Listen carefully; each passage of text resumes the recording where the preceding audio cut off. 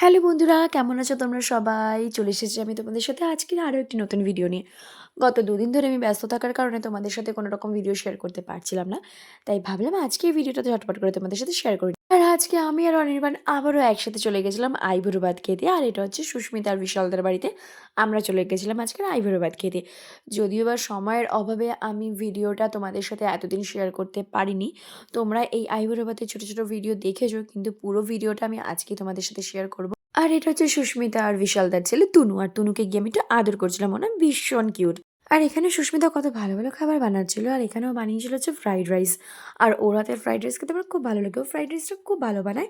আর আমিও fried rice খেতে খুব ভালোবাসি বলেই ও আজকে ফ্রাইড রাইস বানিয়েছে। আর এটা বানিয়েছিল চিকেন উইংস।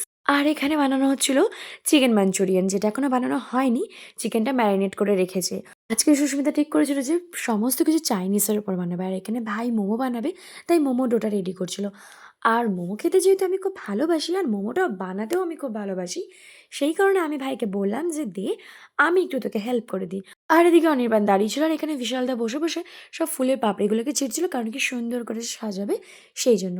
আর অনির্বাণ বলছিল যে আমি নাকি মোমো বানাতে পারি না, কিন্তু তোমরা একটু ভালো করে দেখো তো যে আমি মোমোটা ঠিকঠাক বানিয়েছি নাকি। যদিও বা আমি কিন্তু মোমো এর আগে বাড়িতে একবার বানিয়েছিলাম, আর এইটা সুস্মিতার বাড়ি থেকে আমি সেকেন্ড টাইম ট্রাই করলাম। তো তোমরা একটু দেখে বলো তো মোমোটা আমি ঠিকঠাক বানিয়েছি কিনা। মোমোর ভেতরের পুরটা কিন্তু আমি বানাইনি, সেটা কিন্তু সুস্মিতাই রেডি করেছিল। আর আমি যেহেতু দেখলাম যে ভাই একাই মোমোটা বানাচ্ছে, তাই জন্য আমি ভাইকে হেল্প করার জন্য আমি নিজেও একটু মোমো বানাতে বসে পড়েছিলাম। আর তোমরা যারা যারা আমার ভিডিওটা দেখছো তারা একটু কমেন্ট করে জানিও যে আমার মোমো বানানোটা ঠিকঠাক হয়েছে কিনা। আর এদিকে আমাদের দুজনের মোমো বানানো দেখে অনির্বাণও বসে পড়েছিল, কারণ ও তো কখনো রুটি বেলতে পারে না। তাই জন্য ও বলল যে আমিও একবার ট্রাই করে দেখি যে ঠিকঠাকভাবে গোল হয় কিনা। কিন্তু ও প্রথমবার ট্রাই করাতেই কিন্তু খুব সুন্দর হয়েছিল। তাও দেখো একটা থালার উপরেও ট্রাই করেছিল। তো বলতে হবে ও কিন্তু অনেক গুণী আছে, রান্নাবান্নাটা খুবই ভালো পারে। তো আমার কিন্তু ওকে নিয়ে কোনো চাপ নেই। আর দেখো প্রথমবার এত সুন্দর গোল হয়েছে। আর এদিকে আমার দেখা দেখি না ও মোমো বানাতেও বসে পড়েছিল। মোমোটাও কিন্তু খুব সুন্দর বানিয়েছিল। যদিও বা অনির্বাণ কিন্তু রান্নাবান্না খুব ভালো করতে পারে। আর এইদিকে দেখো মোমো বানানো পুরো কমপ্লিট হয়ে গেছিলো। আর মোমোগুলো দেখলেই জিভে জল চলে আসছিল। আর তারপরে আমি সুন্দর করে চলে গেছিলাম রেডি হতে। আর শাড়ি পরতে আমার আগেও ভালো লাগতো। আর এখন যেহেতু নিজে পরতে শিখে গেছি, তাই শাড়ি পরার ইচ্ছাটা আমার দ্বিগুণ বেড়ে গেছে। আর এরপর আমরা দুজন মিলে চলে এসেছিলাম। আর এখানে কি সুন্দর করে ডেকোরেশন করেছিল।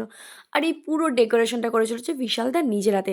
এখানে কত সুন্দর করে ফুল দিয়ে আমার আর অনির্বাণের নাম লিখেছিল। আর এখানে দেখো কত সুন্দর সুন্দর খাবার ছিল। আর সমস্ত খাবার বানিয়েছিল কিন্তু সুস্মিতার নিজের হাতে। আর এদিকে এত সুন্দর করে কিন্তু সাজিয়েছিল বিশালদার নিজের হাতে। আমি সেটা আগেই বলেছিলাম। শুরু থেকে একদম আমরা যখন গেছি তখন থেকেই বিশালদা ফুল দিয়ে সাজিয়েই যাচ্ছিল। তো তোমরা দেখে কিন্তু জানোই যে সাজানোটাও কেমন হয়েছে।